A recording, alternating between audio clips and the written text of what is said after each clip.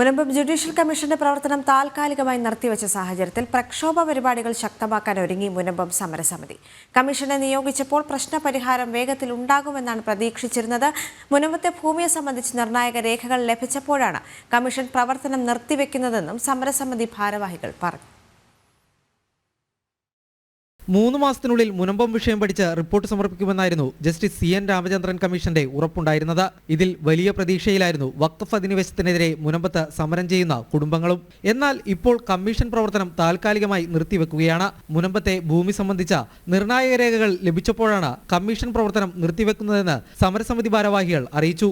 1988 ഭൂമിയുടെ ഉടമസ്ഥാവകാശം സംബന്ധിച്ച പറവൂർ കോടതിയുടെ ഉത്തരവടങ്ങുന്ന രേഖകൾ ലഭിച്ചിട്ടുണ്ട്. അന്ന് താമസക്കാരായിരുന്ന 218 കുടുംബങ്ങൾക്ക് ഭൂമി ഫാറൂഖ് കോളേജിൽ നിന്നും വില കൊടുത്തു വാങ്ങാൻ നിർദ്ദേശിക്കുന്നതായിരുന്നു ഈ ഉത്തരവ്. കമ്മീഷൻ പ്രവർത്തനം നിർത്തിവെക്കുമ്പോൾ പ്രശ്നപരിഹാരം നീളും.